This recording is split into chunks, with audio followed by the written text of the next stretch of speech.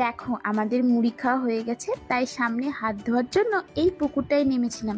পুকুরটা এত সুন্দর আর পুরো বাঁধানো ঘাট যেন।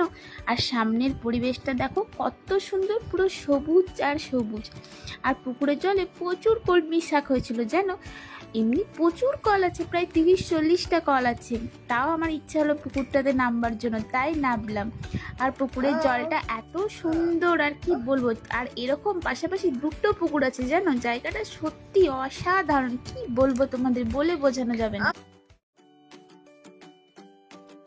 দেখো আমাদের মুড়ি খাওয়া হয়ে গেছে, তাই সামনে হাত ধোয়ার জন্য এই পুকুরটায় নেমেছিলাম। পুকুরটা এত সুন্দর আর পুরো বাঁধানো ঘাট যেন। আর সামনের পরিবেশটা দেখো কত সুন্দর, পুরো সবুজ আর সবুজ।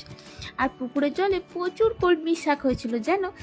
এমনি প্রচুর কল আছে, প্রায় 30-40টা কল আছে। তাও আমার ইচ্ছা হলো পুকুরটাতে নামবার জন্য, তাই নামলাম।